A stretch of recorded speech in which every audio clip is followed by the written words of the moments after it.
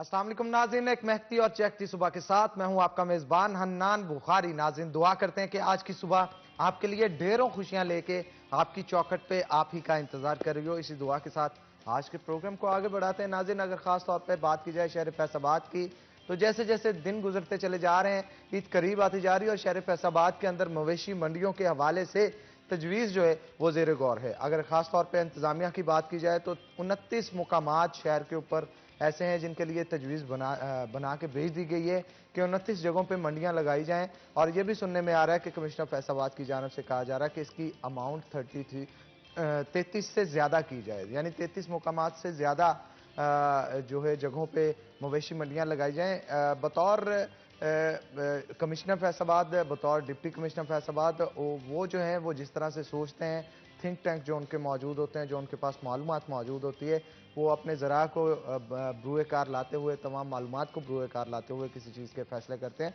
तो अगर 33 जगहों से जायद के ऊपर लगाने की तजवीज़ भी दी जाती है तो मेरा ख्याल ये बेहतर है, क्योंकि जितने ज़्यादा पॉइंट्स हो सकते हैं उसको लगाया जाए। वजह यह कि अगर बड़े पॉइंट्स एक ही जगह पे, एक ही लोकेशन पे अगर ज़्यादा बड़ी मंडी लगा दी जाएगी तो उससे नुकसान ये होगा कि एक जगह पे रश बढ़ेगा, और अगर एक जगह पे रश बढ़ेगा तो बढ़ने की वजह से कोरोना वायरस के फैलने का इम्कान भी उतना ही ज़्यादा है। छोटी छोटी मंडियां बना दी जाएं शहर के मुख्तलिफ मकामात में, लेकिन मंडियां ज़्यादा होनी चाहिए ताकि शहरी जो है वो ख़रीदारी की गर्ज से वहाँ पे जा सके। ये भी किया जा सकता है कि बड़े जानवरों की मंडियां अलग से बना दी जाएं, छोटे जानवरों की मंडियां अलग से बना दी जाएं। गुज़श्ता ईदों के ऊपर ये देखने को मिला कि अमीपुर बंगला हो या फिर दीगर मुकामात हों, वहाँ पे बड़ी मंडियां लगाई गई थी। बकरों की मंडियां भी थी, मवेशियों की मंडियां भी थी वहाँ पे, और लोगों की कसीर तादाद थी जो कि ख़रीदारी की गर्ज से कुर्बानी के लिए जानवर खरीदने के लिए मंडियों का रुख कर रही थी। इसी मौजू पर गुफ्तगू करने के लिए आज हमने दावत दे रखी है रमज़ान मिर्ज़ा साहब को, जो कि हमारे सीनियर रिपोर्टर हैं सिटी 41 के। उनसे गुफ्तगू करेंगे इस हवाले से। रमज़ान, क्या कहेंगे, जो जो ईद करीब आती चली जा रही है, इंतज़ामिया जो है वो मवेशी मंडियों के पॉइंट्स जो बनाए जाने हैं उस हवाले से मुतहरक होती चली जा रही है। आखिरकार कितने पॉइंट्स एग्जैक्ट और किन किन लोकेशंस पे बनाए जाएंगे, इंतजामिया का इस हवाले से मौक़िफ़ क्या है, स्ट्रेटजी लास्ट ईयर से किस तरह से चेंज रखी जाएगी इस दफा? बहुत शुक्रिया हन्नान।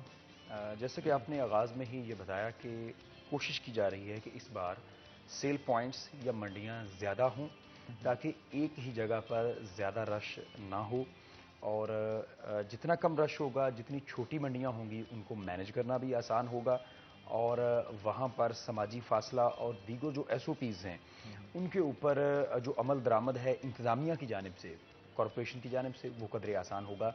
इसी चीज़ को मद्देनज़र रखते हुए जो सिफारशात ज़िला इंतज़ामिया, जिनमें ज़िला इंतज़ामिया फैसलाबाद है, ज़िला इंतज़ामिया टोबा टेक सिंह है, ज़िला इंतज़ामिया चिन्योट और ज़िला इंतज़ामिया झंग है, उनकी जानिब से जो मंडियों की सिफारशात हैं उनमें इसका जो तादाद है वो 22 से बढ़ाकर 29 पेश की गई थी, और जिसमें सबसे ज़्यादा मंडियां जो हैं वो फैसलाबाद ज़िला में बताई गई हैं, 11 मंडियां हैं, और झंग में 8, जबकि चन्योट में 6 और ज़िला टोबा टेक सिंह में 4 मंडियों की सिफारशात हैं। इनमें जो चन्योट है उनमें 2 मंडियों का इजाफा किया गया है, फैसलाबाद में 2 मंडियों का इजाफा किया गया है, और झंग में भी 2 से 3 मंडियों का इजाफा करके सिफारशात कमिश्नर को पेश की गई हैं। लेकिन कमिश्नर की जानिब से इनमें मज़ीद इजाफे का जो है वो इंदिया दिया गया है, और सबसे पहले और ज़्यादा फोकस जो है वो फैसलाबाद पर है, क्योंकि फैसलाबाद में इससे कबल 9 मंडियां लगाई जाती थीं, और अब जो सिफारशात हैं वो 11 मंडियों की हैं, लेकिन कमिश्नर की जानिब से इसकी तादाद जो है वो 15 करने की हिदायत की गई है, जिसमें फैसलाबाद की सदर के इलाके में 5 मंडियां पहले से जो है उनकी तजवीज़ पेश की गई है, और समुंदरी में 1 मंडी, चकझुमरा में 1 मंडी, जबकि तांदलियावाला और जड़ामाला में 2-2 मंडियों की सिफारशात हैं। अब उम्मीद की जा रही है कि तहसील सदर के इलाकों में मज़ीद 4 पॉइंट्स जो हैं उनका इजाफा किया जा रहा है, जिसके बाद फैसलाबाद तहसील सदर के अंदर तकरीबन 9 मंडियां होंगी। जो इस वक्त पहला प्लान है, प्लान ए जो है, उसके मुताबिक फैसलाबाद में सबसे बड़ी मंडी न्यामुआना समुद्री रोड कैटल मार्केट जो है, मॉडल कैटल मार्केट जो है, वो मुमकिन तौर पर सबसे बड़ा पॉइंट हो सकता है।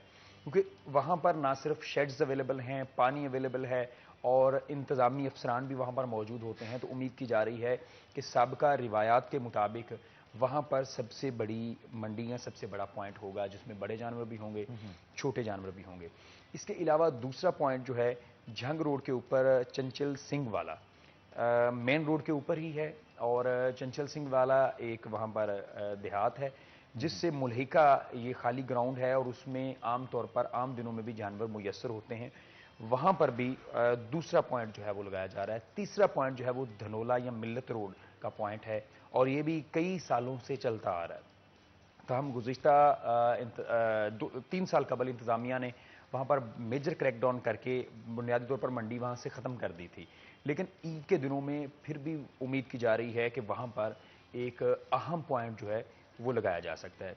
इसके अलावा 239 रेबे का इलाका है, जहाँ पर इंतज़ामिया की जानिब से चौथा पॉइंट लगाने की जो है वो सिफारिशात भिजवाई हैं और तहसील सदर के इलाके में डिजकोट का इलाका जो है वो इंतहाई अहम है और उम्मीद की जा रही है कि वहाँ पर भी पॉइंट जो है उसके लिए इंतजामात शुरू कर दिए गए हैं, क्योंकि डिजकोट का इलाका जो है वो जो सदर के इलाके हैं उनमें इंतहाई खासी अहमियत का हामिल है। ये तो वो पॉइंट्स हैं जो कि इंतज़ामिया ने कमिश्नर को पेश किए। अब कमिश्नर की जानिब से मज़ीद जो 4 पॉइंट्स हैं उनका इंदिया दिया गया है और उसके लिए सिफारशात जो हैं वो इंतज़ामिया की जानिब से अब तैयार की जा रही हैं और मैं तवक्को करता हूँ कि अमीरपुर बंगला और जो पेंसरा का इलाका है वहाँ पर भी 2 मज़ीद मंडियाँ जो हैं और मेरा उनको ख्याल है ये लगाया जाएगा। फैसलाबाद की बड़ी तरीन मंडियों में से इनका शुमार होता है। हमीरपुर यकीनन। बंगले की कई एकड़ की रकबे के ऊपर जो है वो मवेशी मंडी लगाई जाती है और बहुत बड़ी मवेशी मंडी होती है। ऐसा ही है। गुज़श्ता साल भी वहाँ पे लगाई गई थी और शहरियों की बड़ी तादाद है कि वहाँ उधर का रुख करती है। उसकी वजह ये एशिया की सबसे बड़ी कॉलोनी गुलाम अहमदाबाद है, कलीम शहीद पार्क का इलाका है, बलाल पार्क का इलाका है, सना पार्क का इलाका है, सिद्दीकी अकबर टाउन है, गुलजार कॉलोनी है, आजमाबाद है, रजाबाद है, नड़वाला रोड पे मौजूद जितनी भी कॉलोनियाँ हैं, चाहे वो जना कॉलोनी हो, गोविंदपुरा हो या इसके साथ साथ दीगर कॉलोनियाँ हों, उन तमाम के शहरी जो हैं वो अगर रुख करते हैं तो वो सिर्फ और सिर्फ अमीनपुर बंगले की जो मवेशी मंडी लगाई जाती है उसका रुख करते हैं। उसकी वजह यह कि ये नड़वाला रोड डायरेक्ट जाके बाईपास और अमीपुर बंगला पे लगता है, तो उनको नज़दीक वहाँ से पड़ती है और वो सालों से लगती आ रही है, इसलिए लोग वहाँ का रुख करते हैं। और ज़रूरत भी है। और अगर आप वहाँ पे मंडी नहीं लगाएंगे तो गुलाम अहमदाबाद और इसके इर्द गिर्द की टेरिटरी जो कि रशी एरियाज़ हैं और लोग यहाँ पर ईद कुर्बान पर यकीनन कुर्बानी भी कर रहे होते हैं, मुतवस्सित तबके के लोग हैं, तो उन्हें किसी दूर जगह रुख करना पड़ेगा। तो उम्मीद है कि इसके ऊपर भी यहाँ पर भी एक पॉइंट लगेगा। इसके साथ साथ जो फैसलाबाद की दीगर तहसीलें हैं इनमें झुमरा है, वहाँ पर एक मंडी की तजवीज़ है और उसको बढ़ाया नहीं जाएगा, वो एक मंडी पूरे इलाके को कैटर ऑन कर लेगी। इसके अलावा समुद्री में एक मंडी जो है उसकी तजवीज़ है और दीगर जो 2 बड़ी तहसीलें हैं जिनमें जड़ावाला है उसके अंदर 2 तहसीलें 2 मंडियाँ जो हैं वो उस तजवीज़ है। एक तो बेनज़ीर पार्क में वहाँ पर एक मुल्हिका खाली जगह है, वहाँ पर मंडी लगेगी। इसके अलावा चूँकि खोड़ेवाला का इलाका जो है वो तहसील जड़ावाला में आता है और खोड़ेवाला भी एक मेजर हब बन चुका है इस वक्त, तो वहाँ पर भी एक खोड़ेवाला के अंदर जो है वो मंडी लगेगी।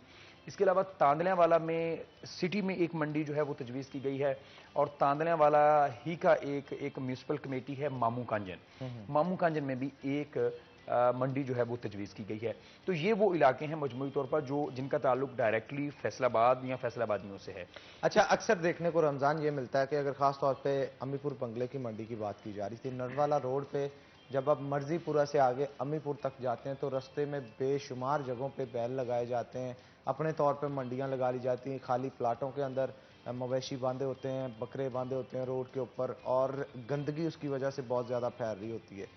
अब देखना यह कि मवेशी मंडियों से हट के जो पॉइंट्स लगाए जाएंगे, इंतजामिया उस पर किस तरह से एक्शन लेगी, म्यूनसिपल कॉरपोरेशन उस पर किस तरह से एक्शन लेगी, क्या कार्रवाई की जाएगी उनके खिलाफ? असल में इस तरह की बड़कें जो हैं वो इंतज़ामिया की जानिब से हर बार लगाई जाती हैं कि क्रैकडाउन होगा, ये किया जाएगा, वो किया जाएगा, लेकिन ऐसा होता नहीं। कई एक दो जगहों पर वायलेशन जब होती है तो वहाँ पर जो कागजी कार्रवाई के लिए या फोटो सेशन के लिए या गवर्नमेंट को अपनी बेहतर परफॉर्मेंस और गुड गवर्नेंस दिखाने के लिए चंद एक कार्रवाइयाँ की जाती हैं, लेकिन उसके ऊपर हनान कभी भी अमल दरामद नहीं होता। तहम इस वक्त इंतज़ामिया जो है इस पोजीशन में ज़रूर है कि अगर हम कोरोना के एसओपीज़ की वायलेशन के हवाले से देख लें तो खासी बेहतर कार्रवाइयाँ नज़र आईं और यहाँ तक कि कई दूल्हे जो हैं वो भी क्वारंटीन किए गए और फैमिलीज़ को कई कई दिनों में जो है वो मुख्तलिफ सेंटर्स में रखा गया। तो मुमकिन तौर पर इस साल जो है वो सख्त कार्रवाई मुतवक्के है। तम इसके साथ साथ जिनका ताल्लुक फैसलाबाद ज़िला से दूसरे ज़िला से है, उनके लिए भी मालूमात ये है कि फैसलाबाद के डिवीज़न के दूसरे बड़े ज़िला झंग के अंदर 8 मंडियों की तजवीज़ है, जिनमें 4 बड़ी मंडियां जो हैं वो झंग के अतराफ में लगाई जाएंगी, सदर के इलाकों में। इसके अलावा शोरकोट, 18 हज़ारी और इसकी जो दीगर तहसीलें हैं वहाँ पर भी एक एक मंडी की जो है वो तजवीज़ है। टोबा टेक सिंह में टोबा टेक सिंह सिटी के अंदर एक मंडी है, गोजरा सिटी के एक अंदर मंडी है, कमालिया सिटी और पीर महल सिटी में ये सबसे कम मंडियां जो हैं वो डिस्ट्रिक्ट टोबा टेक सिंह में नज़र आ रही हैं और ये इनकी तादाद सिर्फ 4 है। और अगर गोजरा या दीगर तहसीलों की बात की जाए तो वहाँ पर एक पॉइंट नहीं होता, कई पॉइंट्स लगते हैं। चन्योट के अंदर भी जो है वो 6 मंडियों की तजवीज़ है। 2 मंडियां जो हैं ये चन्योट सिटी में हैं और बहुत छोटा ज़िला है, लेकिन इसके बावजूद 6 मंडियां जो हैं वो तजवीज़ की गई हैं। मेरा ख्याल है कि ये ज़िला इंतज़ामिया की जानिब से बहुत अच्छा फ़ैसला है। इसके अलावा भवाना में जो है वो 2 मंडियों की तजवीज़ है और 2 मंडियां ही जो हैं वो लालिया में लगाई जाएंगी। इसका मतलब ये है कि वो आबादी से तनासुब भी रखती हैं और बेहतर है। टोबा टेक सिंह की इंतज़ामिया को जो है वो उसके ऊपर ज़रूर सोचना पड़ेगा, क्योंकि ज़िला टोबा टेक सिंह की बहुत बड़ी तहसील है गोजरा, तो उसको वो कभी भी नज़रअंदाज नहीं कर सकते। अच्छा, इंतजामात के हवाले से क्या कहेंगे? महकमा लाइफ स्टॉक की जानब से किस तरह के इंतजामात इस दफ़ा कंप्लीट किए गए हैं? क्योंकि अगर पॉइंट्स ज़्यादा लगाए जाते हैं तो उसके लिए अमला भी ज़्यादा चाहिए होगा और इंतजामात भी बेहतर अंदाज में चाहिए होंगे। इस हवाले से क्या कहेंगे? हनान, हम इससे पहले जितने भी सालों को देखते हैं उसमें एक कांगो वायरस का लफ्ज़ सुनते थे हम, और उसके लिए इंतज़ामिया खासी मुतहरक होती थी और कोशिश की जाती थी कि हर आने वाले जानवर की वैक्सीनेशन की जाए और कांगो वायरस से बचाव के लिए इकदाम भी किए जाएं। लेकिन अब जो है इस वक्त सिनेरियो बहुत मुख्तलिफ है। जहां पर जानवरों की सेहत जो है वो मुकद्दम है, तो उसके साथ साथ शहरियों की सेहत भी जो है वो इंतहाई मुकद्दम है। जहां पर लाइव स्टॉक की जिम्मेदारी है वहां पर महकमा सेहत की भी जिम्मेदारी है, वहां पर जो कॉरपोरेशन का अमला है उनकी जिम्मेदारी भी है और ज़िला इंतजामिया भी जो है इसमें जिम्मेदार है। तो ये डायरेक्टली 4 इदारों का मेजर शो होगा, जिसमें सबसे अहम जिम्मेदारी जो होगी वो ज़िला इंतजामिया की होगी कि वो अपनी एडमिनिस्ट्रेशन किस तरह जो है वो बेहतर अंदाज में कर पाती है। दूसरी जिम्मेदारी होगी लाइव स्टॉक की कि वहां पर आने जाने वाले जानवर की सेहत और कांगो वायरस से बचाव के लिए किस तरह के इकदाम जो हैं वो किए जाते हैं। तीसरी जिम्मेदारी वहां पर मौजूद के अमले की होगी कि वो इस मजमूई तौर पर सूरत हाल को किस तरह देखते हैं और शहरियों में किस तरह आगाही फैलाई जाती है, और वहां पर आने वाले अफराद में अगर किसी में किसी की तबीयत भी बिगड़ती है या कोरोना के कुछ सिम्टम्स जो हैं वो जाहिर होते हैं, तो उसके बाद का लहे अमल क्या होगा। क्योंकि इससे पहले तो हमें ये नजर आ रहा था कि एक ही घर में रहने वाले एक फर्द को अगर कोरोना के सिम्टम्स आते हैं तो घर को क्वारंटीन किया जाता था और उसके बाद बाकी तमाम अफराद के जो है वो कोरोना टेस्ट किए जाते थे। तो क्या वहां पर लगे हुए जो वहां पर कैंप्स हैं उनमें किसी एक फर्द को कुछ ऐसा होता है तो उससे जुड़े हुए कितने अफराद मुतासिर हो सकते हैं, इस वक्त जो है ये बहुत बड़ा चैलेंज है। इसके बाद कॉर्पोरेशन की जिम्मेदारी है कि वहां अच्छा, पर इंतजामात कैसे एसओपीज हैं। कोई तैयार किए गए हैं गवर्नमेंट की जानब से कि अगर कोई शख्स वहां पे मंडी के अंदर अपना स्टॉल लगाता है तो उसके लिए ये एसओपीज हैं कि एक स्टॉल के अंदर जो कि इतनी लंबाई का और इतनी चौड़ाई का इतने से ज्यादा बंदे वहां पे मौजूद नहीं होने चाहिए? कोई एसओपीज डेवलप किए गए हैं? हनान, फैसला ये अभी तक जो कि हवा में ही है कि जो मंडियां हैं वो सिर्फ ईद से 10 रोज कबल लगाई जाएंगी और ईद के तीसरे रोज के बाद मंडियों को फौरी तौर पर जो है वो मुंतशिर कर दिया जाएगा, जिसका बुनियादी तौर पर मकसद ये है कि कम से कम वक्त लोग आपस में घुले मिलें और वहां पर क्याम करें। अभी तक इंतजामिया की जानिब से इसकी तैयारी की जा रही है कि किस तरह का लाहे अमल बनाया जाएगा कि जो वहां पर कैंप्स हैं या वहां पर जंगले जो हैं या बाड़ें जो हैं उनकी लंबाई चौड़ाई क्या होगी, लेकिन उसके ऊपर आमतौर पर अमल दरामद नहीं होता।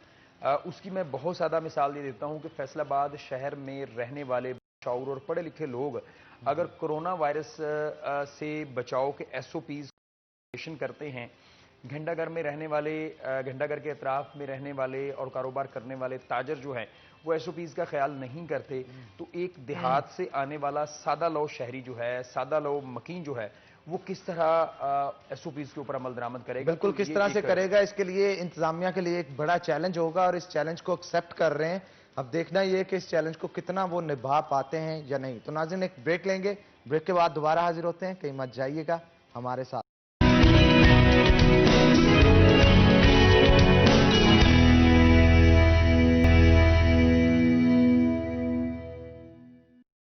वेलकम बैक नाज़रीन। ब्रेक पे जाने से पहले रमजान मिर्जा हमारे साथ मौजूद थे और शहर फैसलाबाद के अंदर जो मंडियां लगाई जानी थी, मवेशी मंडियां, उनके हवाले से गुफ्तगू जारी थी। तो दोबारा चलते हैं रमजान की तरफ। रमजान, पार्किंग के हवाले से क्या इंतजाम किए जाएंगे? अगर खास तौर पे इन मवेशी मंडियों की बात की जाए, जो बड़े पॉइंट्स है वहाँ पे पार्किंग की अशद ज़रूरत होती है और हर दफ़ा कोई ना कोई बदनज़मी जो है वो वहाँ पे नज़र आती है। और अगर पार्किंग दी जाती है तो किन को दी जाएगी? क्योंकि फैसलाबाद जो पार्किंग कंपनी है उस हवाले से लोगों में तशवीश जो है बहुत ज़्यादा पाई जाती है। उनका कहना है कि जो पैसे ये इकट्ठे करते हैं शहरियों से पार्किंग की मद में, वो आवाम की भलाई के लिए, आवाम की फलाह के लिए यूज़ नहीं किए जाते। क्योंकि गुज़श्ता दिनों के अंदर कचहरी बाज़ार के अंदर भी ये देखने में आया कि वहाँ पे पार्किंग कंपनी की जानब से रखे गए मुलाजमीन ही गाड़ियों की चोरी में मुलव्वस थे।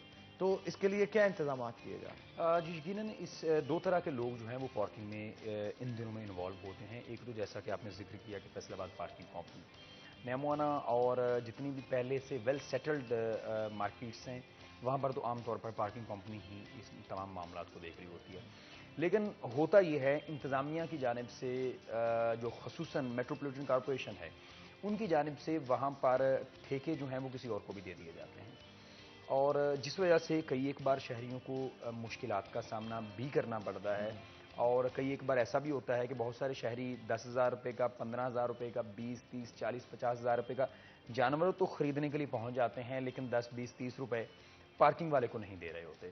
तो अभी तक जो इंतजामिया की जानिब से फिल वक्त ये देखा जा रहा है, एक तो पार्किंग कंपनी जो है वो अपना काम कर रही होगी और तमाम लीगल पॉइंट्स के ऊपर फैसलाबाद पार्किंग कंपनी या जो मेट्रोपॉलिटन कॉरपोरेशन के सिर्फ जो सर्टिफाइड ठेकेदार हैं वो वहाँ पर होंगे, और प्रायोरिटी में तो ये देखा जा रहा है। लेकिन ऐसा होता है कि कई दूसरे लोग भी जो हैं वो इसमें इन्वॉल्व हो जाते हैं।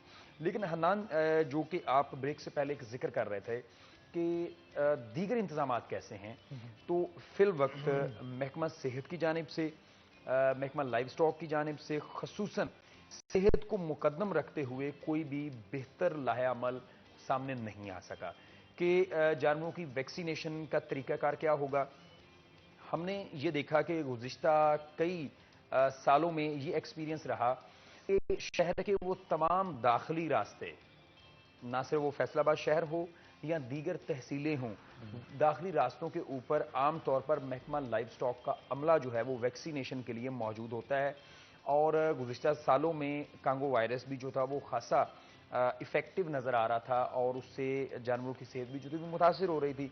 और यहाँ तक कि जो लाली होती है ना, एक परिंदा होता है, ब्राउन रंग के उसके पर हैं और येलो सी या कह लें ऑरेंज उसकी चूंच होती है, और वो जानवरों के लिए जो है वो बेहतर होती है। उसके ऊपर दफ़ा 144 भी नाफिज की जाती रही कि ये इफ़ेक्टिव है और जानवर जो हैं इसमें ऐसे जरसूमे जो उनमें मौजूद होते हैं उनको निगल जाते हैं।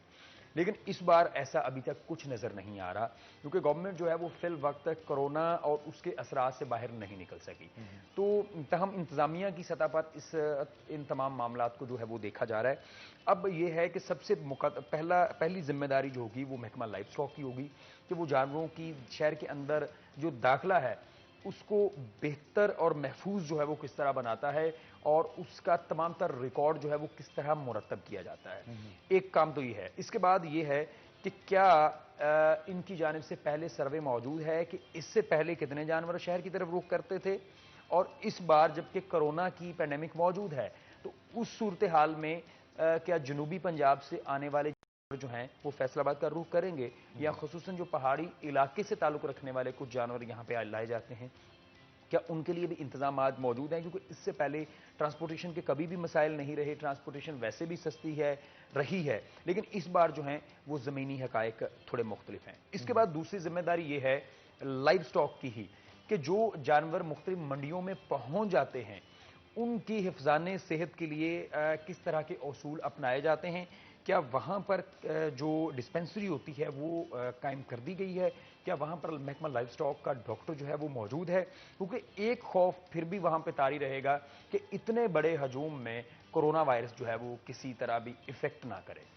अच्छा, इसके बाद दूसरी जिम्मेदारी जो है वो महकमा सेहत की होगी कि वहाँ पर आने वाले अफराद की सेहत का ख्याल जो है वो किस तरह रखा जाए, और अगर वहाँ पर किसी में भी इस तरह के सिम्टम्स जो हैं वो जाहिर होते हैं तो उसके लिए किस किस्म के हमें क्वारंटीन सेंटर्स की ज़रूरत है, क्या हमें उनके हॉस्पिटल शिफ्ट करना है, या वहाँ पर जिस तरह पारस और दीगर सेंटर्स में हमने क्वारंटीन सेंटर्स बनाए थे वहाँ पर इंतजाम जो हैं अभी तक नहीं किए गए, तो उनके इंतजाम करने हैं। अच्छा, बाहर के शहरों से भी बहुत सारे जो डीलर होंगे मवेशियों के वो भी आएंगे, व्यापारी जिनको कहा जाता है, तो उन व्यापारियों के कोई टेस्ट करने का निज़ाम या उनको अपनी सिटी के अंदर ला के क्योंकि बिठाना है, तो किस तरह से उनको चेक किया जाएगा कि उनके अंदर सिम्टम्स है या नहीं है? खुदा न खास्ता अगर दूसरी सिटी से कोई बीमारी लेके यहाँ पे आ जाता है तो वो फैलाव का सबब बनेगा। इसके लिए कोई स्ट्रेटजी बनाई गई है?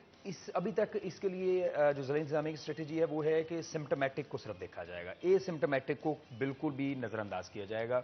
अगर किसी में सिम्टम्स ज़ाहिर होते हैं तो उसको जो है वो टेस्ट किया भी सकता है, और ये भी बात है कि वो तमाम अखराजात जो है वो मुतल्लिका बंदा ही पे करेगा। अभी तक की गवर्नमेंट की स्ट्रेटजी जो है वो ये नज़र आ रही है, और अगर उसमें सिम्टम्स आते हैं तो यकीनन उसको अलग करना पड़ेगा, लेकिन उसके साथ रहने वालों को फिर जो है वो एसिम्टोमेटिक होने की वजह से कुछ नहीं कहा जाएगा, वो रूटीन के बिजनेस में होंगे। हाँ, अगर उनमें भी कोई इलामात ज़ाहिर होती हैं तो फिर उन्हें अलग किया जाएगा या उनका इलाज मुआवजा किया जाएगा। तहम अभी तक जो है वो इंतजामिया की जानिब से तमाम तर जिम्मेदारी जो है वो फिलहाल शहरियों के ऊपर है। इसके अलावा कारपोरेशन की बुनियादी जिम्मेदारी होगी कि वहाँ पर सहूलियात का फुकदान ना हो। हमने इससे पहले जितने भी सीजन्स गुजारे हैं उसमें हमने देखा कि शहर वहाँ पर आए हुए व्यापारियों को और आए हुए शहरियों को पीने का साफ पानी नहीं मिलता, पीने का साफ जानवरों तक को नहीं मिलता, चारा नहीं मिलता, लाइट नहीं मिलती, वहाँ पर बिजली का कोई इंतजाम नहीं होता, वहाँ पर जो सबसे अहम चीज़ है, शहरी बीमार हो वो तो अपने घर आ जाएगा, लेकिन व्यापारी जिसने कई 100 किलोमीटर का सफर तय करके वहां पे पहुंचा होता है और उसे नहीं पता कि फैसलाबाद में बेहतर हॉस्पिटल कहाँ हैं, क्लिनिक्स कहाँ हैं, उसके लिए वहां पर महकमा सेहत की जानिब से मेडिसिन अवेलेबल नहीं होती। इसके साथ साथ जो जानवर बीमार होते हैं उनके लिए कहा तो जाता है कि डिस्पेंसरी कायम है, लेकिन वहां पर भी ना डिस्पेंसरी की बेहतर सहूलत होती है और ना ही वहां पर कोई एक्सपर्ट डॉक्टर मौजूद है, और अगर ये सारी चीजें मौजूद हों तो वो तमाम मेडिसिन जो कि उस वक्त इमरजेंसी की सूरत में उस जानवर को चाहिए होती है वो उस डिस्पेंसरी में मौजूद नहीं होती, जिस वजह से फिर वहां पर आने वाला व्यापारी जो है वो जिसे कहते हैं ना खज्जल खराब होता है, वो ख्वार हो रहा होता है। उसके लिए भी इंतजाम जो हैं वो ज़रूरी हैं, और बुनियादी चीज़ें ये सारी की सारी चीज़ों की अवेलेबिलिटी को यकीनी बनाना मेट्रोपॉलिटन कॉरपोरेशन की है, और इसको एडमिनिस्ट्रेटिव रोल जो होगा वो उस वक्त ज़िला इंतजामिया का होगा।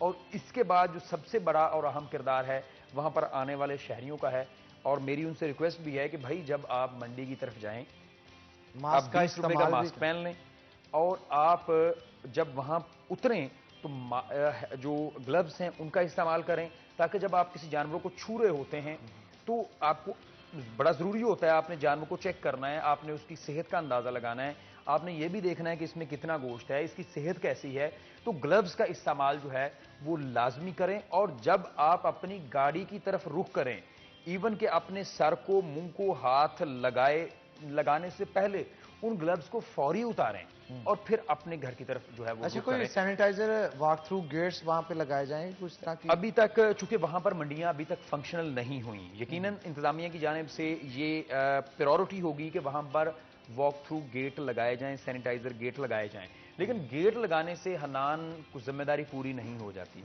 आप मेरे साथ अभी चले जाएं, फैसलाबाद में जहां जहां पर भी वो सैनिटाइजर गेट रखे गए हैं, डिसइंफेक्ट गेट रखे गए हैं, फैसलाबाद के जो निजी बस स्टैंड्स हैं वहां पर चले जाएं, फैसलाबाद की सबसे बड़ी मंडी सुधार फ्रूट एंड वेजिटेबल मार्केट आप वहां पर चले जाएं, फैसलाबाद में इसी तरह के दीगर जितने भी इदारे हैं वहां पर चले जाएं।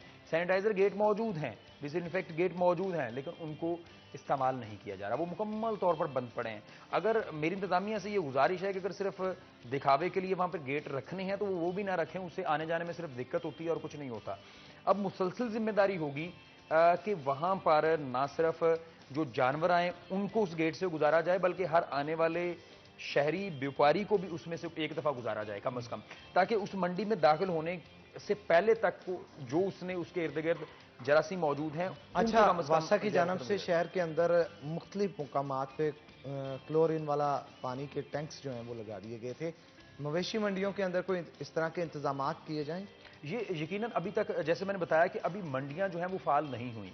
अभी ये तमाम तर एसओपीज के ऊपर गौर किया जा रहा है कि कौन कौन सी चीजें जो हैं वो पिछले हमें 3 माह में जरूरी थी। यकीनन ये सारे एसओपीज उसमें शामिल हैं जो कि इंतजामिया या कॉर्पोरेशन की जानिब से वहां पर मंडियों को लगाया जाएगा। लेकिन मजे की बात यह है कि इनको फंक्शनल रखना जो है वो जरूरी है। Commissioner Faisalabad Ishrat Ali Faisalabad general bus stand के दौरे पर थे और उन्होंने वहां देखा कि वाटर टैंक भी पड़ा है और उसके पास लिक्विड हैंड वॉश पड़ा है और उसके साथ टिश्यू पेपर भी पड़े हैं। तो वो हंस के बोले, भाई मुझे बताएं, आज तो आपने टिश्यू पेपर भी रख दिया और लिक्विड वहाँ पे हैंड वॉश भी रख दिया, लेकिन क्या हम मुसलसल अगले कई महीनों तक ये रख पाएंगे? तो वहां पर मौजूद असिस्टेंट एडमिनिस्ट्रेटर थे, उन्होंने खामोशी का इजहार किया। उन्होंने कहा फिर इसे टिश्यू पेपर को यहाँ से फौरी उठाएं, लिक्विड हैंड वॉश को फौरी उठाएं और यहाँ पे वो साबुन रखें जो कि आप अगले 3 महीनों तक प्रोवाइड कर सकते हैं। बिल्कुल। तो मेरा ख्याल है कि इस बात के ऊपर जरा इंतजामिया को भी जो है वो अमल करने की जरूरत है और यहाँ पे ये भी इनको अवेयरनेस देने की जरूरत है कि जरूरी नहीं कि आप कोई एक्सपेंसिव लिक्विड हैंड वॉश या वहां पे सैनिटाइजर रखें या महंगा साबुन रखें। साबुन भी रखना है, नॉर्मल भी रख सकते हैं, वो भी उतना ही इफेक्टिव है कोरोना के खिलाफ जितना कि कोई महंगा ब्रांडेड साबुन जो है। क्योंकि जब आप हैंड वॉश करते हैं तो हैंड वॉश करने से जो कोरोना वायरस के ऊपर लिपिड की लेयर होती है वो खत्म हो जाती है और आपके हाथ से उतारने के लिए वो बड़ा मुफीद साबित होता है। ये बात समझाने की जरूरत है कि साबुन से जरासीम मर नहीं रहा। ये बात बड़ी जरूरी है शहरियों को। वो सिर्फ हमारे हाथ से उतार के पानी के साथ बह जाता है, हमारे मुंह से उतरकर पानी के साथ बह जाता है, उससे मर नहीं रहा। तो आपने कुछ ऐसे मैयर्स लेने हैं कि वो हाथों से उतर जाए और हाथों के साथ चिमटा ना रहे, और उसके लिए कोई भी साबुन इस्तेमाल कर लें। और अगर आपने ग्लव्स इस्तेमाल करने हैं तो मोबाइल फोन को हाथ लगाने से पहले तक ग्लव्स को उतारना है।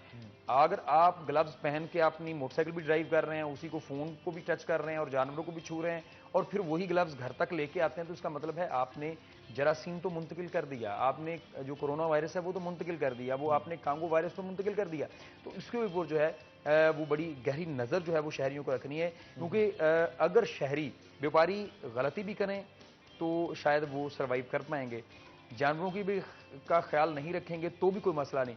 लेकिन अगर शहरियों ने वहां पर जाकर, खरीदारों ने वहां जाकर एसओपीज की वायलेशन की या वहां पर इन चीजों को मद्देनजर ना रखा तो यकीनन शहरियों की जिंदगी जो है वो मुतासिर हो सकती है।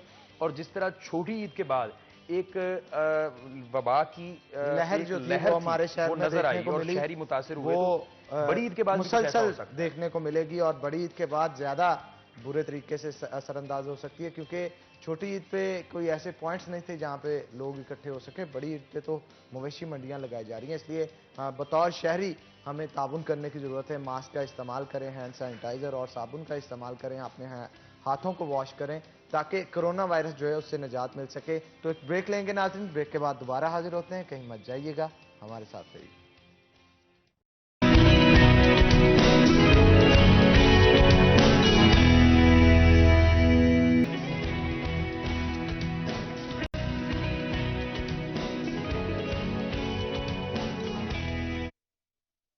के जो जानवर हैं उनके अंदर कोरोना वायरस इंजेक्ट करके लोगों तक पहुंचाया जा रहा है, जिसके बाद खबर की तरदीद भी की गई और सोशल मीडिया पे जो गलत खबर फैलाई गई थी मुख्तलिफ चैनल्स के ऊपर, ये बताया भी गया कि वो बिल्कुल गलत खबर पहुंचाई जा रही है। अगर खासतौर पर हमारे एशिया के रीजन की बात की जाए तो इसे प्रोटीन सिक एरिया कहा जाता था और प्रोटीन सिक होने की वजह से यहाँ पे बहुत सारे बच्चों की हाइट मुतासर हो रही थी, सेहत मुतासर हो रही थी। और मौजूदा सूरत हाल के अंदर चिकन जो है वो सबसे बेहतरीन फॉर्म है आपकी प्रोटीन इंटेक के लिए। तो आप इस हवाले से क्या कहेंगे, एक बेहतर चीज को नेगेटिव इफेक्ट दिया जा रहा है?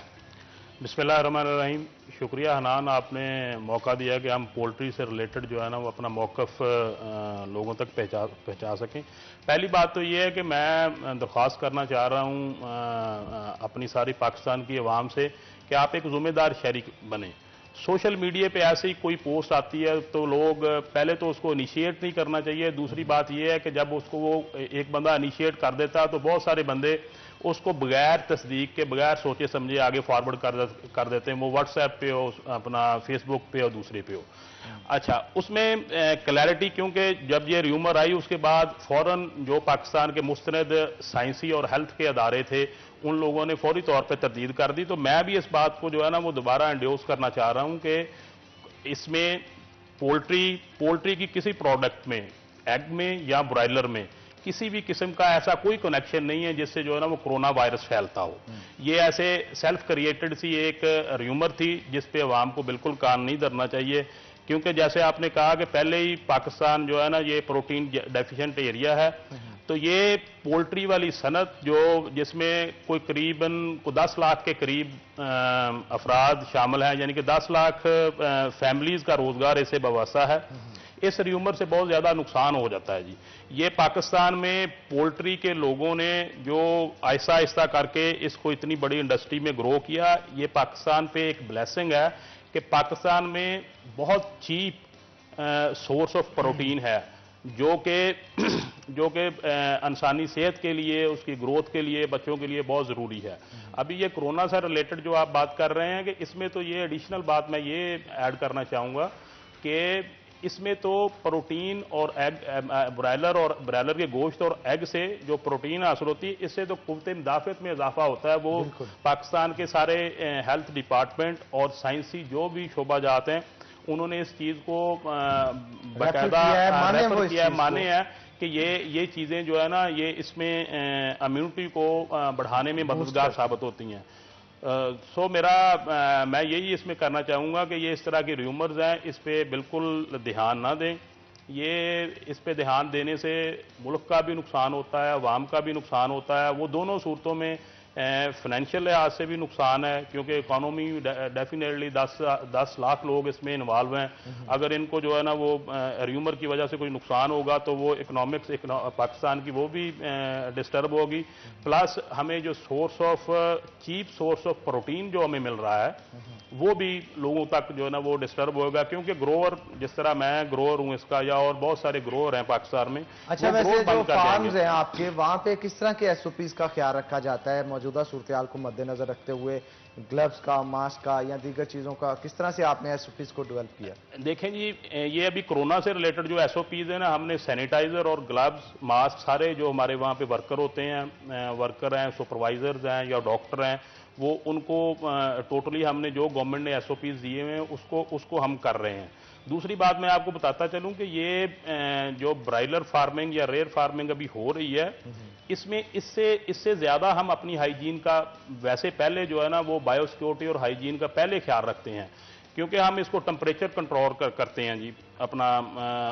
अगर गर्मी है तो उसमें हम इसका temperature via cooling system control करते हैं।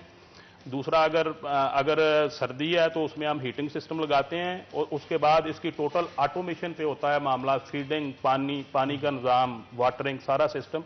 तो ये एक टोटल साइंटिफिक सिस्टम के साथ जो है ना वो हम जो प्रोडक्ट आपके पास आ रही है मार्केट में, वो टोटल साइंटिफिक तरीकों से हैं। मतलब एसओपीज का भी ख्याल रखा जाता है, उनकी सेहत का भी ख्याल रखा जाता है। सेहत का भी ख्याल रखा जाता है, और वो जो जिस लिहाज से हम उसको रेयर कर रहे हैं, रेयरिंग उसकी होती है, उसमें जो अगर हम कोई निगलिजेंस करें तो उसमें हमारी अपनी जो है ना वो एफिकेसी इफेक्ट होती है।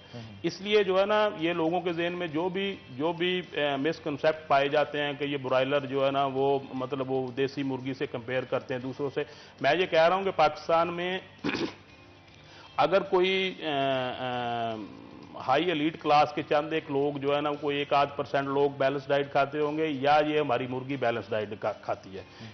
इसकी फार्मूलेशन, इसकी फीड की फार्मूलेशन करने वाला जो न्यूट्रिशनिस्ट होता है, जो फीड मिल में काम करता है, वो हाईली पेड और हाईली क्वालिफाइड होता है। उसने वो ऑलमोस्ट एमफिल या पीएचडी लेवल की डिग्री होती है उसके पास न्यूट्रिशनिस्ट की, जो इसको बैलेंस डाइट बना के देता है। अगर इसको बैलेंस डाइट ना दी जाए तो ये प्रॉपरली ग्रोथ ही नहीं करता। तो अवाम के ज़हन में जो भी ये मिसकंसेप्ट्स हैं तो इनको क्लियर करना चाहिए। ये प्योरली एक साइंटिफिक तरीके से अच्छी आपको न्यूट्रिशन जो प्रोटीन लेवल जो है ना वो इसे जो दिया जा रहा है उसमें आप बिल्कुल कोई भी अपने माइंड में किसी किस्म की भी जो है ना वो एम्बिग्यूटी नहीं रखनी चाहिए। बिल्कुल ठीक कह रहे हैं रमजान मिर्जा साहब, आप क्या कहेंगे सोशल मीडिया पे जो फेक न्यूज चलाई जाती हैं इनके खिलाफ कार्रवाई आखिरकार क्यों नहीं की जाती? इंतजामिया और साइबर क्राइम इस मामले में जो है वो शायद सोए हुए हैं और उनकी जिम्मेदारी बनती है कि जिस व्हाट्सएप ग्रुप में और जिसने भी ये फेक न्यूज़ शेयर की थी उसको फौरी तौर पर रोका जाए। इवन जिस दिन वो अब यही फेक न्यूज चली होती किसी चैनल पे तो देखना था किस तरह से एक्शन होता है। मैं बताता हूँ, वो खबर भी चली और इवन के मैं जिस दिन वो रात को खबर वायरल हुई मुख्तलिफ ग्रुप्स में तो उसके फौरी चंद ही लम्हों बाद जब मैंने ज़िला इंतजामिया से रब्ता किया तो उन्होंने बताया कि ये फेक है। उसके बाद उन्होंने भी उसके ऊपर फेक की स्टैंप लगा के मुख्तलिफ ग्रुप्स में भिजवाई और फैमिली में मैं घर में बता के आया कि भाई आज किसी भी वक्त आपको इस तरह की एक खबर आएगी कि आपने मुर्गी का गोश्त नहीं खाना, ये इंतहाई इन्फेक्शियस है और इससे आपको कोरोना हो सकता है। और जब मैं शाम को वापस घर गया तो मुख्तलिफ कज़न्स की जानिब से कॉल कर दी गई थी कि भाई मुर्गी का गोश्त फौरी तौर पर बंद कर दें।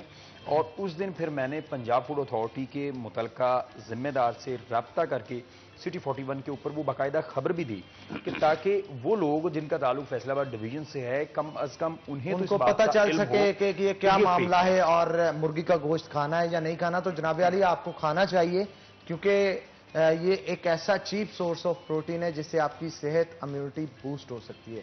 तो रमजान मिर्जा साहब बहुत शुक्रिया आपका, आप शो के अंदर आए और बहुत सारी मुफीद इंफॉर्मेशन कैटल मार्केट्स के हवाले से आपने शेयर की। तो इसी के साथ नाज़रीन ब्रेक लेते हैं, ब्रेक के बाद दोबारा हाजिर होंगे, कहीं मत जाइएगा, हमारे साथ रहिएगा।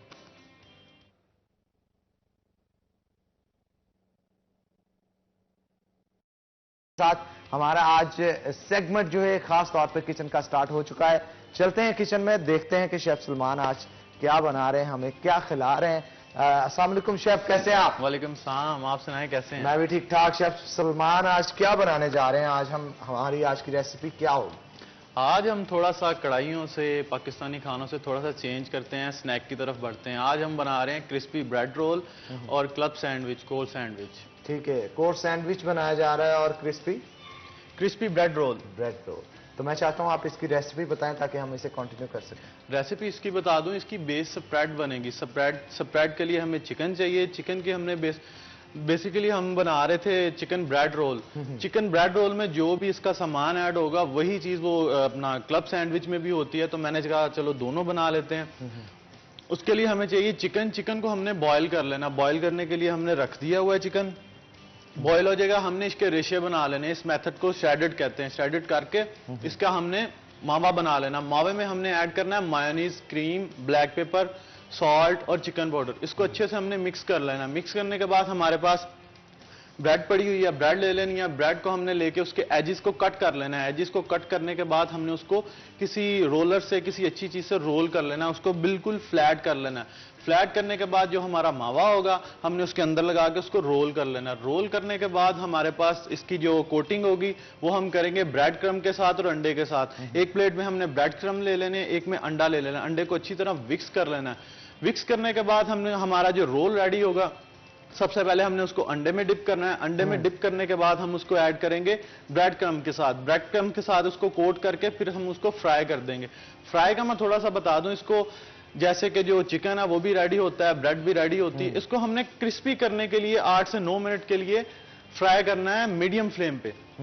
और इसी तरह सैंडविच की रेसिपी बता दूं, सैंडविच के लिए भी हमने ब्रेड ले लेनी है। ब्रेड के एजिस को कट कर लेना और जो मावा हमारा जो मटेरियल रेडी होगा उसके अंदर हमने उसको स्प्रेड करके मायोनीज लगा के और उसकी कटिंग कर देनी है। वो हम स्टेप बाय स्टेप आपको साथ साथ बताते जाएंगे। अच्छा, कोई चीज फ्राई भी करेंगे आज हम, कुछ घी के अंदर या ऑयल के अंदर? जी, जो हमारे ब्रेड रोल है वो हम ऑयल में फ्राई करेंगे। हबीब कुकिंग ऑयल में फ्राई किए जाएंगे। हबीब कुकिंग ऑयल की बात की जाए तो इसमें विटामिन का ब्लेंड है। विटामिन ए, डी, ई मौजूद है। विटामिन ए आपकी विजन, डी आपकी कैल्शियम अब्जॉर्प्शन और ये आपकी ओवरऑल हेल्थ के लिए बेहतरीन होती है। फ्लॉ कैटलिस्ट भी मौजूद होता है जो कि आपकी ब्लड रेगुलेशन को बेहतर बनाता है। उसके साथ साथ विटामिन के ब्लेंड के साथ साथ हबीब कुकिंग ऑयल के अंदर ओमेगा 3 और ओमेगा 6 फैटी एसिड मौजूद है जो कि आपकी हार्ट की हेल्थ के लिए इंतहाई ज़रूरी है क्योंकि ये दिल का मामला है। तो हबीब वनस्पति भी यहाँ पे मौजूद है। और हबीब बनास्पति की अगर बात की जाए तो बाजारों में मिलने वाला आम बनास्पति जो है उसके अंदर 20% से जायद ट्रांसफैट मौजूद होती है, जो कि आपकी हेल्थ के लिए बेहतर नहीं होती। इसलिए हबीब बनास्पति का इस्तेमाल करें, क्योंकि इसके अंदर 1% से भी कम ट्रांसफैट मौजूद है, जो कि आपकी हार्ट की हेल्थ और इसके साथ साथ आपकी ब्लड रेगुलेशन को बेहतर बनाती है। विटामिन का ब्लेंड भी मौजूद है इसके अंदर, विटामिन ए, डी और ई मौजूद है और डबल रिफाइंड तरीके से इसे बनाया गया है। तो मैं चाहता हूं शेफ आप जो है वो कंटिन्यू करें और साथ साथ में हमें गाइड करते चलें, क्योंकि अभी मैं यहाँ पे देख रहा हूं कि चिकन को शायद बॉयल किया जा रहा है। इसे क्यों बॉयल किया जा रहा है? क्योंकि हमने इसी का मटेरियल बनाना है। इसको बॉयल करके हम इसको श्रेडेड करेंगे, इसके रेशे बना लेंगे। रेशे बनाने के बाद इसमें स्पाइसेस और क्रीम वगैरह और मायोनीज ऐड होगी। यही हमारा बेस मटेरियल है।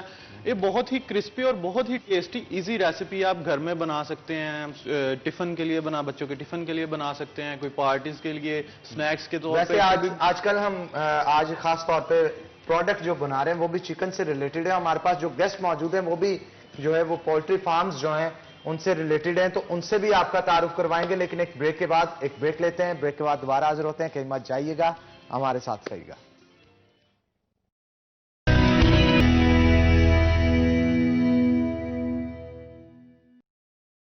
वेलकम बैक नाज़रीन। ब्रेक के बाद हमें ज्वाइन किया है कुछ नए मेहमानों ने, तो तारुफ करवाता चलूं आपको। सबसे पहले हमें ज्वाइन किया है चौधरी नवाज कैन साहब ने, जो कि सीईओ है रेहान पोल्ट्री ट्रेडर्स के, और इसके साथ साथ डॉक्टर सज्जाद साहब हमारे साथ मौजूद हैं, जो कि जनरल सेक्रेटरी हैं पाकिस्तान वेटनरी मेडिकल पंजाब के, और इसके साथ साथ एग्जेक्टिव मेंबर हैं पाकिस्तान पोल्ट्री एसोसिएशन के, और उनके साथ साथ मौजूद है नदीम असगर गिल साहब, जो कि फास्टर फार्मास्यूटिकल से इनका ताल्लुक है। तो आप तीनों को वेलकम करते हैं शो के अंदर। तो पहले मैं चाहूंगा चौधरी नवाज कैंत साहब की तरफ चलूं। चौधरी साहब क्या कहेंगे, मौजूदा सूरत हाल की अगर बात की जाए तो पोल्ट्री एसोसिएशन जो है वो बहुत अहम किरदार अदा कर रही है लोगों की सेहत के लिए, क्योंकि ये बहुत चीप सोर्स है रिच प्रोटीन का, और इस प्रोटीन से आपकी कुव्वत मुदाफत भी बेहतर होती है, आपको खाने की क्वांटिटी कम पैसों के अंदर ज्यादा और अच्छी मिल जाती है, जिससे आपकी सेहत पे बड़े पॉजिटिव इफेक्ट्स पड़ते हैं। लेकिन सोशल मीडिया पे अल्टीमेटली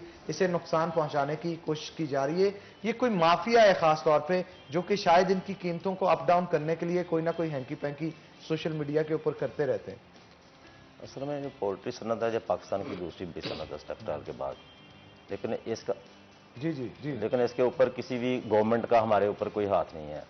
हम ऐसे ही अपनी मतलब आपके तहत ही जो करते हैं वो करते हैं। अभी तक हमारी पोल्ट्री एसोसिएशन है वो अपना काम कर रही है। जैसे जो हमारे वेटरनरी डॉक्टर साहब बैठे हैं, जो हमारे लिए बड़ा काम करते हैं।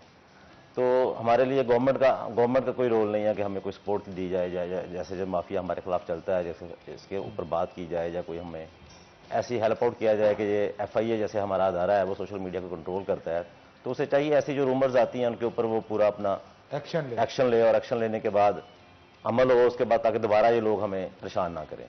और बार बार ये हर साल के बाद एक दफ़ा ये वाक़या ज़रूर होता है कि सोशल मीडिया के थ्रू, इलेक्ट्रॉनिक मीडिया के थ्रू भी हमें डराया धमकाया जाता है, हमारी पोल्ट्री सनत को मतलब नुकसान पहुंचाने की कोशिश की जाती है, किसी ना किसी तरह से किसी ना किसी झंझट में फंसा के रखा जाता है ताकि कीमतों को अप डाउन किया जा सके। हमारे साथ डॉक्टर सज्जाद साहब भी मौजूद है, उनसे भी मैं बात करूंगा। डॉक्टर साहब क्या कहेंगे आप, इस माफिया को लगाम किस तरह से डाली जा सकती है? अस्सलाम वालेकुम।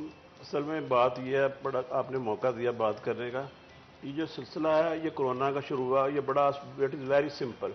इसलिए सिंपल है कि इसकी 40 सीरोटाइप्स हैं और 7 सीरोटाइप्स ह्यूमन को मुतासर करती हैं। जो 7 सीरोटाइप्स ह्यूमन को मुतासर करती हैं वो मैमल्स से आती हैं, वो पोल्ट्री जो अंडे देने वाली मुर्गी से नहीं आती। ये बहुत इसका मोटा सा फार्मूला है, तो ये पॉसिबल ही नहीं है। नहीं तो पूरी दुनिया में कहीं पे, पूरी दुनिया में आपने सुना है कि कहीं पे कई इस तरह का शोर मचाओ। लेकिन अब ये पोल्ट्री एसोसिएशन ने ये किया है, इन्होंने इस वाक़े के बाद इस्लामाबाद सेक्रेटेरिएट में एक इन्होंने ये बना दिया, साइबर क्राइम का विंग बना दिया, जो उसको टेकअप करेगा। जहां से न्यूज़ वो निकली है उसको वो इस दफा उन्होंने पकड़ा है, एक्शन आपकी जानिब से लिया जाएगा। इस दफा उन्होंने लिया एक्शन और वो बंदा ट्रेस आउट कर लिए जहां से शुरू हुआ है। और इसके साथ ये जो है देखें 750 बिलियन की है इंडस्ट्री, और अभी हमारे भाई ने बताया कि 10 लाख लोग डायरेक्ट वाबस्ता हैं और 5 लाख इनडायरेक्ट वाबस्ता है, 15 लाख फैमिलीज का रोजगार वाबस्ता है। और वो ये नहीं है कि बहुत अमीर लोग हैं। जो फार्मर है लगता है ये कि रेट बड़ा हाई हो गया, ये नहीं होता। अभी भी जो पोजीशन है, फार्मर उसके पास 6 शेड है, 3 में वो बर्ड ठीक तैयार हो रहा है, 3 में डिजीज आ रही है, वो तो दरमियान में ही है, फार्मर तो वहीं पे चल रहा है। अभी देखें गवर्नमेंट ने फैसिलिटी, दूसरा ये है कि हमारी जो कॉस्ट, अगर काम पीछे से कॉस्ट ज्यादा है, फीड की कॉस्ट ज्यादा है, अभी मकई के रेट बहुत कम हुए हैं। अगर वो मकई के रेट 1400 रुपये रेट था जब ये रेट डिसाइड हुए थे, अभी रेट आ गए 800-700 रुपये मकई का रेट। उन्होंने 200 रुपये फीड का बैग कम किया है, लेकिन ये 500 तक हो सकता था। और उसके साथ साथ जो हमारी इंडस्ट्री में है कि देखिए बिजली का टैरिफ भी उन्होंने कम किया है, और जो गवर्नमेंट ने ये दी है सब्सिडी दी है, वो सब्सिडी भी, सारी चीजें आई हैं, फ्रेट भी कम हुआ है वो। अच्छा, इस ट्रेड डेफिसिट को पूरा करने के लिए, और खास तौर पे क्योंकि मौजूदा सूरत में कोरोना चल रहा था और कोरोना के अंदर लोगों को ज्यादा जरूरत थी प्रोटीन रिच डाइट की, तो उसके लिए गवर्नमेंट ने आपके साथ कोई इनिशिएटिव नहीं लिया कि आप को इन चीजों में सब्सिडी दी जाती है, इन चीजों में रिलीफ दिया जाता है ताकि आप आवाम तक कम कीमत में गोश्त मुहैया कर सकें? जो पोल्ट्री इंडस्ट्री है, ये अभी हमारे भाई ने बताया, नवाज साहब ने, कि ये अपने पाँव पे खुद ही डेवलप किया लोगों ने प्राइवेटली। इसमें गवर्नमेंट का कोई रोल नहीं है, सिवाय एक पोल्ट्री रिसर्च इंस्टीट्यूट है, वो डिजीज के हवाले से अगर कोई आउटब्रेक ज्यादा हो तो उसको डील करता है। अदरवाइज ये खुद ही सारा, जब नुकसान होते हैं उस वक्त भी ये खुद ही है। बेशुमार लोग इसमें आते हैं, इस वक्त भी 50% से ज्यादा फार्म जो हैं वो रेंट्स पे चल रहे हैं, जो ओरिजिनल ओनर छोड़ के नुकसान की वजह से जा चुका है। अगर इतना हो तो वो लोग जाए ना, वो इसी में काम करते रहे, नए लोग इसमें आते हैं, ये इस तरह इसका फ्लो चलता रहता है। ओपन हाउस थे वो खत्म हो गए, कंट्रोल शेड आए, लोगों ने बड़ा अच्छा रिस्पांस आया, अच्छी FCR आई, लेकिन आहिस्ता आहिस्ता जब लोगों को नुकसान होते हैं बहुत लोग छोड़ जाते हैं। और अभी जो है इसमें वो लोग आ गए हैं, सिर्फ जो 50% रेंट पे लोगों ने लिए हुए हैं, उनको नुकसान होता है, वो छोड़ जाते हैं, फिर नए रेंट वाले आ जाते हैं। ये इस तरह इंडस्ट्री चल रही है। इसको खुदारा मेरी पूरी आपके चैनल की वसातत से अपील है कि ये जो इस वक्त पोल्ट्री दे रही है ना, आपको वो सब्जी से मिल सकती है चीज, क्योंकि सब्जी बेशुमार चीजों में बेशुमार प्रॉब्लम्स आ रहे हैं। पोल्ट्री ने इतना अच्छा टेम्परेचर, इतनी अच्छी ह्यूमिडिटी अगर इंसान को मिले तो पाकिस्तान में आपको 6-6 फुट से कम के बंदे नहीं मिलेंगे। जो पोल्ट्री को हम एनवायरनमेंट दे रहे हैं, अगर ये इंसान को मिल जाए, इतनी अच्छी क्वालिटी है, इंटरनेशनल, अमेरिकन में अमेरिका की हूं, अमेरिका स्टैंडर्ड्स के मुताबिक जो है मुकम्मल तौर पे जिस तरह से उनकी अफजाइश करनी चाहिए वैसे की जाती है, ताकि लोगों की सेहत पे पॉजिटिव इफेक्ट्स पड़ सके। हमारे साथ नदीम असगर गिल साहब भी मौजूद हैं। गिल साहब, आप क्या कहेंगे, मौजूदा सूरत हाल में जो शख्स सोशल मीडिया पे झूठी खबरें फैलाता है उसको मुकम्मल तौर पर निपटा जाना चाहिए, क्योंकि कोरोना वायरस से पहले भी बहुत सारी इस तरह की खबरें सोशल मीडिया पे आई थी कि इनको स्टीरॉयड के इंजेक्शन लगाए जाते हैं, ग्रोथ जो 3 महीने में होनी है 1.5 महीने में करवा के मार्केट में बेच दिया जाता है, नेगेटिव इफेक्ट्स हैं जो कि इसके लोगों पे फैल रहे हैं, तो इसके हवाले से थोड़ा सा बताइए। बिस्मिल्लाहिर्रहमानिर्रहीम। सबसे पहले मैं ये कहूँगा, ये जो हमारी पोल्ट्री इंडस्ट्री है ना, इसको तो लावारिस समझा हुआ है, इसके साथ बिल्कुल सतेलों जैसा सलूक किया जा रहा है, इसके साथ सिंसियरिटी नहीं है हमारी हुकूमत की भी। सबसे पहले तो ये हुकूमत, कोई बंदा कुछ भी करता है तो उसको 1 मिनट में पकड़ लेते हैं। तो ये जो हमारी जो पाकिस्तान की 2nd लार्जेस्ट इंडस्ट्री है, जिसको कुछ लोग मिलकर तबाह करने के चक्कर में हैं या तबाह करने की कोशिश कर रहे हैं, अगर ये वो अपने मिशन में कामयाब हो गए तो आप सोच के देखेंगे कि ये हमारी जो पाकिस्तान के हालात कहाँ पे चले जाएंगे। ये 2nd लार्जेस्ट इंडस्ट्री, जैसे मैंने आपको बताया, तो ये इस पे तो फुली एक्शन भी होना चाहिए, ठीक है। और दूसरी बात, ये जो इसके रेट्स पे और ये सारा कुछ कर रहे हैं, मेरी तो एक ही सजेशन है हमारी गवर्नमेंट से, हमारी हुकूमत से अपील है कि ये जो फीड के रेट इतने बढ़े हुए हैं इनको कम किया जाए, क्योंकि ये चंद लोग हैं, इनको भी चेक एंड कंट्रोल होना चाहिए। ये कमरे में बैठते हैं, एक चाय का कप पीते हैं, उसके बाद एक मैसेज छोड़ देते हैं जी फीड के रेट 200 रुपए बढ़ गए, आज फीड के रेट 300, कोई उनको पूछने वाला नहीं है। कम से कम उनका चेक एंड बैलेंस हो, उनकी कॉस्ट ऑफ प्रोडक्शन निकाली जाए और उनको भी प्रॉफिट होना चाहिए, मैं ये नहीं कहता हूँ। लेकिन ये छोटे फार्मर्स को किक ऑफ करने के चक्कर में है और बहुत सारे गरीब हो चुके हुए हैं, और मतलब जिस तरह वही मैंने कहा कि लावारिसों वाला सलूक है। मेरी ये हुकूमत से भी अपील है कि ये जो हमारी इंडस्ट्री को नुकसान पहुंचाने की कोशिश कर रहे हैं, और हमारी आवाम को भी चाहिए कि ये जो अब सोशल मीडिया है, ये ऑल ओवर द वर्ल्ड है, पूरी दुनिया के साथ अटैच हैं। ये कोरोना पूरी दुनिया में आया, चाइना में आया, अमेरिका में, यूके में, पूरी यूरोप में आया। ये कोरोना सिर्फ पाकिस्तान में ही आया। किसी ने नहीं ये सोचा कि ये कोरोना ब्रायलर खाने से कोरोना हो जाएगा। किसी ने ये नहीं सोचा कि हम जो फ्रॉड करते हैं उससे कोरोना हो जाएगा, हम जो झूठ बोलते हैं उससे कोरोना हो जाएगा, हम जो धोखा करते हैं, गरीबों यतीमों का माल खाते हैं उससे कोरोना हो जाएगा। इस पे किसी ने कान नहीं धरे। बस ये झूठी अफवाह फैला के पाकिस्तान को डुबोने के चक्रों में है कि पाकिस्तान को नुकसान पहुंचाने के चक्करों में। खासतौर पे कोई माफिया भी तो इसके पीछे लगता है कि एक सोशल मीडिया पे खबर छोड़ दी जाती है और उसे घुमाया जाता है अच्छे तरीके से कि पोल्ट्री से रिलेटेड जो लोग हैं उनको नुकसान पहुंचाया जाए। कुछ इस तरह के फैक्टर्स आपको दिखाई देते हैं इस इंडस्ट्री में? मतलब ये अभी सुनने में आया है कि जिन लोगों ने ये हरकत की थी उनको पकड़ा भी गया है, उनके खिलाफ एक्शन भी लिया गया है। उनका तो ये है कि हमने तो बस एक मजाक किया था, लेकिन ये मजाक थोड़ी है कि अब पाकिस्तान की जो इकोनॉमी है या मैशियत है उसको तबाह बर्बाद करने के चक्कर में एक मजाक ही है। ये मजाक नहीं था, लेकिन पाकिस्तान की अवाम को भी थोड़ी अवेयरनेस लेनी चाहिए कि जब कोरोना पूरी दुनिया में आया है तो उसको देखे ना कि वहां पे भी यही ब्रायलर इस्तेमाल हो रहा है ना, यही प्रोटीन दी जा रही है उनको भी, तो वहां पे ऐसी कोई शिकायत नहीं है। वही एनवायरनमेंट है, वही तरीकाकार है, वही ब्रीड है, वही सारा तरीकाकार जैसे डॉक्टर साहब ने बताया। तो जब पूरे दुनिया में ऐसा कोई सीन नहीं है तो ये सिर्फ पाकिस्तान ही है जिसमें 3 महीने लेट कोरोना आके और ब्रायलर में सबसे पहले उसमें वो सिम्टम्स जो शो कर दिए। ये फजूलियात है, खुदारा इससे निकलें। ये बिल्कुल भी ऐसा कोई सीन नहीं है। और ये जो बिल्कुल ऐसा सीन नहीं है। गिल साहब बहुत शुक्रिया आपका, आप शो के अंदर आए। तो नाज़रीन एक ब्रेक लेंगे, ब्रेक के बाद दोबारा हाजिर होते हैं। कहीं मत जाइएगा, हमारे साथ रहिए।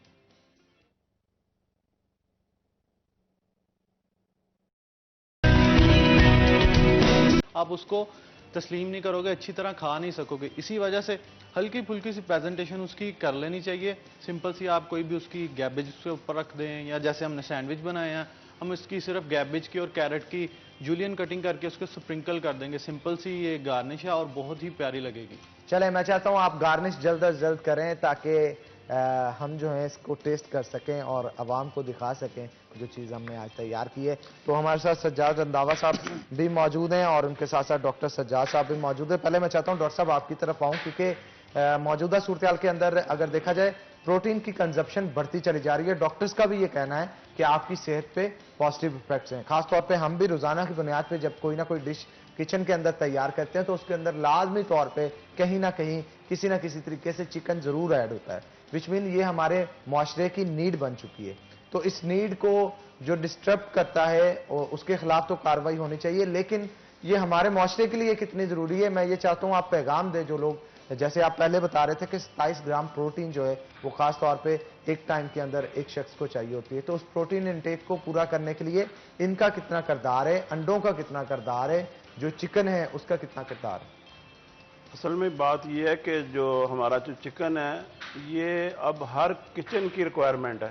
कोई किचन ऐसा नहीं है जहाँ पे चिकन नहीं है। जिस चीज़ की रिक्वायरमेंट ज़्यादा है, जिस तरह को फ्रंट से आता है ना, चिकन जो है फ्रंट से फेस करता है फूड को। तमाम फूड जो घरों में इस्तेमाल होती है ये मेन आइटम है। इसलिए आइटम है 2 वजह से। एक, इससे अच्छी सस्ती प्रोटीन नहीं है पूरे पाकिस्तान में। दूसरा ये है कि ये इसका न्यूट्रिशनल वैल्यू बड़ी अच्छी है। हमारी जो न्यू जनरेशन है वो ऑलमोस्ट खा ही चिकन रही है। उन बच्चे जो हैं वो और कोई खाते ही नहीं है गोश्त में। अगर कोई चीज़ खानी हो तो वो कहते हैं ये हमने चिकन खाना है। आपकी 45% मीट की रिक्वायरमेंट जो है वो चिकन पूरी कर रहा है। अगर पूरे पाकिस्तान में जितना मीट कंज्यूम होता है, देहात में, दूर दराज इलाकों में जहाँ पे चिकन नहीं भी अवेलेबल, लेकिन 45% ये रिक्वायरमेंट पूरी कर रहा है। और इसकी जो चिकन की वैल्यू है ये इतनी ज़्यादा है और इतना, मेरी जो पैगाम है इस पब्लिक के लिए, ये बात असल में है, ये चिकन इतना ज़्यादा ज़रूरी है कि ये इतनी हाई फाई क्वालिटी का चिकन प्रोड्यूस हो रहा है। मैंने यूनाइटेड स्टेट्स में भी फार्म देखे, उनके ब्रॉयलर फार्म, जो उनके ब्रॉयलर फार्म का स्टैंडर्ड है हमारा उनसे किसी भी नहज पे कम नहीं है। और इतना अच्छा जो चिकन जब नहीं थे प्रोड्यूस करते उस वक्त बात ही कोई नहीं होती थी। अब बहुत अच्छा प्रोड्यूस कर रहे हैं। अब वो जो है वो इंडस्ट्री बन गई है। नेशनल लेवल के क्वालिटी स्टैंडर्ड्स जो हैं वो बिल्ड किए गए। तमाम क्वालिटी लेवल, इसमें मैं बता देता हूँ होता क्या है। बहुत से कंसेप्ट्स गलत हैं, इसमें बड़ी ही अच्छी चीज़ें इस्तेमाल होती हैं। हमारे 190 बिलियन जो है वो रुपीज़ के जो एग्रीकल्चर प्रोडक्ट्स हैं वो पोल्ट्री में इस्तेमाल हो रहे हैं। अगर वो ना हो तो एग्रीकल्चर इंडस्ट्री इतनी नीचे चली जाएगी। और वो हमारी जो हमारा जो मकई है इसमें 60% मकई का इस्तेमाल हो रहा है। जो मकई इंसान गंदम खाता है, बर्ड पोल्ट्री जो है वो मकई खा रही है। उसका किसी के साथ कंपटीशन नहीं है। मतलब एक चेन साइकिल है। उसके साथ सोयाबीन है, सोयाबीन ऑयल इंसान खा रहा है, मील जो है वो पोल्ट्री में इस्तेमाल हो रहा है, प्री मिक्सेस इस्तेमाल हो रहे हैं। अब जो इतनी अच्छी क्वालिटी का है वो कोई उसका अगली बात, ये मेरी रिसर्च है एमफिल की, इसमें रेजिडुअल इफेक्ट पे, हमारी जो मुर्गियां देहात में ढेर से खाती हैं, गंदी नालियों से पानी पीती हैं, वो लोग शौक से खाते हैं, लेकिन उसमें देखें ना, उसमें भी रेजिडुअल इफेक्ट नहीं आता। लोग कहते हैं गंदगी, वो गंदगी से सारा दिन खाती हैं। अल्लाह ताला ने ये सिस्टम बनाया, उनके अंदर भी तो अल्लाह ने ये सिस्टम बनाया है कि बिलियंथ पार्ट जो है वो गोश्त में जाएगा, जो अगर वो टॉक्सिक चीज खा भी लेगी। और लिवर जो है ये फर्स्ट टारगेट ऑर्गन है जो उसको न्यूट्रलाइज करता है। बर्ड मर जाता है अगर लिवर ज्यादा अफेक्ट हो जाए। हमारे गोश्त में जो है उसमें कुछ भी नहीं होता। गोश्त की क्वालिटी बड़ी हाई फाई, बड़ी हाई स्टैंडर्ड चिकन है, और ये लोगों को ये बिल्कुल रियलाइज करना चाहिए। इसलिए नहीं कि हम पोल्ट्री पर्सन है, ये जेन्युइन इसकी एनालिसिस सुप्रीम कोर्ट ने भी करवाई, उन्होंने कहा इससे अच्छा गोश्त नहीं है। बिल्कुल आप ठीक कह रहे हैं। हमारे साथ रंधावा साहब भी मौजूद हैं। सर, क्या पैगाम देना चाहेंगे आप अवाम को, और क्या मैसेज देना चाहेंगे, क्योंकि इसकी अफादियत इतनी ज्यादा है लेकिन इसे डिमोलिश करने की कोशिश की जा रही है। शुक्रिया अनान। मैं 41 के तवस्सुत से दो छोटे छोटे पैगाम जो है ना वो आवाम को देना चाह रहा हूँ। पहला पैगाम तो मेरा ये है कि एक जनरल, क्योंकि शहर में घूमना फिरना रहता है, लोगों से रब्ता रहता है, लोगों के जहन में ना, कुछ लोगों के जहन में एक मिसकॉन्सेप्ट है कि ब्रायलर मुर्गी का गोश्त या लेयर के अंडे, ये जो देसी मुर्गी और देसी अंडे हैं, इनसे को कंपैरिजन में वो थोड़ा इनकी न्यूट्रिशनल वैल्यू कम है। ये बात मैं बिल्कुल क्लियर करना चाह रहा हूं अपने, क्योंकि एक वेटरनरी डॉक्टर और इस बिजनेस के हवाले से उन्हें, कि किसी भी तरह देसी मुर्गी के गोश्त या देसी अंडों से ब्रायलर का गोश्त और ब्रायलर और लेयर मुर्गी के अंडे किसी भी सूरत में न्यूट्रिशनल वैल्यू से कम नहीं है, इक्वली गुड हैं। तो ये आप अपने ज़हन में एक कंसेप्ट, क्योंकि बहुत सारे लोग मेरे से जो है ना, वो जब मैं पब्लिक में जाता हूं तो ये सवाल करते हैं देसी मुर्गी और दूसरे का, तो ब्रायलर इक्वली गुड है। ब्रायलर का गोश्त और अपना लेयर के जो हमारे अंडे हैं ये इक्वली गुड है, जितने वो अच्छे हैं उतने ही ये हैं। दूसरा पैगाम मैं ये देना चाह रहा हूं कि जिस तरह पिछले दिनों एक र्यूमर आने से हमारा 40 रेट जो है ना वो 40 रुपए पर केजी ड्रॉप हो गया। जब ये 40 रुपए पर केजी उसका रेट ड्रॉप हुआ तो फार्मर को हैवी लॉसेज हुए। जब फार्मर को हैवी लॉसेज होंगे तो उसमें से 20% लोग जो है ना ये इस वजह से काम छोड़ गए। जब उनको लॉसेज हुए, डेफिनेटली उनके पास जो है ना फाइनेंशियल सप्लाई लाइन रही नहीं, वो ड्रॉप कर गए। इसलिए मैं ये कहता हूं कि इन अफवाहों पे कान ना धरें। अदरवाइज होगा क्या कि अगर ये सिलसिला एक आध दफा दोबारा र्यूमर आई और अवाम ने इस पे कान धरा तो ये इसकी डिमांड एंड सप्लाई में इतना ज्यादा गैप आ जाएगा कि अभी ये 200 रुपए या 300 रुपए मुर्गी ब्रायलर का गोश्त, अपना ब्रायलर मिल रहा है, गोश्त मिल रहा है, ये 1000 रुपए पे पहुंच जाएगा। उसमें अवाम को भी नुकसान होगा और इसमें भी बिल्कुल नुकसान होगा। गिलानी साहब भी हमारे साथ मौजूद हैं। सर, आप कोई पैगाम देना चाहिए, लेकिन उससे पहले मैं बताता चलूं कि हमारी आज की जो डिश थी वो तैयार हो चुकी है, सैंडविचेस भी आ चुके हैं और रोल्स भी तैयार कर लिए गए हैं और बड़ी बेहतरीन खुशबू जो है वो आ रही है। तो गिलानी साहब, कोई पैगाम लास्ट पे आप देना चाहिए? पैगाम जी मुख्तसर आपकी डिश से मैं दे देता हूं अब, कि इसमें भी आपने ये चिकन यूज किया और मीडिया चिकन तो हर डिश मीडिया वाले जो है ना जी वो एक स्टेप आम अवाम से आगे चलते हैं। अगर ये इतना बुरा हो तो आपके मेज पे ये चिकन जो है सजा ना हो। इसी तरह तो इसी तरह मेरा ये अगर 1 मिनट के लिए चिकन को साइड पे कर दें तो हर घर का जो है वो किचन जो है अंधेरे में किचन नामुकम्मल होता है। और मुकम्मल होने और खासतौर पे हमारे पंजाबियों की बात की जाए, हमने तो बारबेक्यू भी खाना होता है, चिकन लेग पीस भी खाने होते हैं और इस तरह की बहुत सारी जो घर के अंदर कढ़ाइयां बनाई जाती हैं वो भी खानी होती हैं। तो नाज़रीन, र्यूमर से दूर रहा जाए। लेकिन शो का वक्त जो है वो खत्म हो चुका है, लेकिन शो से जाने से पहले आप तीनों का बहुत शुक्रिया, आप आज के शो के अंदर आए और बड़ी मुफीद इंफॉर्मेशन थी जो कि आज आपने हमारे नाज़रीन के साथ शेयर की। तो इसी के साथ नाज़रीन, आज के प्रोग्राम से अपने मेजबान हन्नान बुखारी को दीजिए इजाजत। इंशाल्लाह कल होगी मुलाकात, तब तक के लिए अल्लाह हाफ़िज़।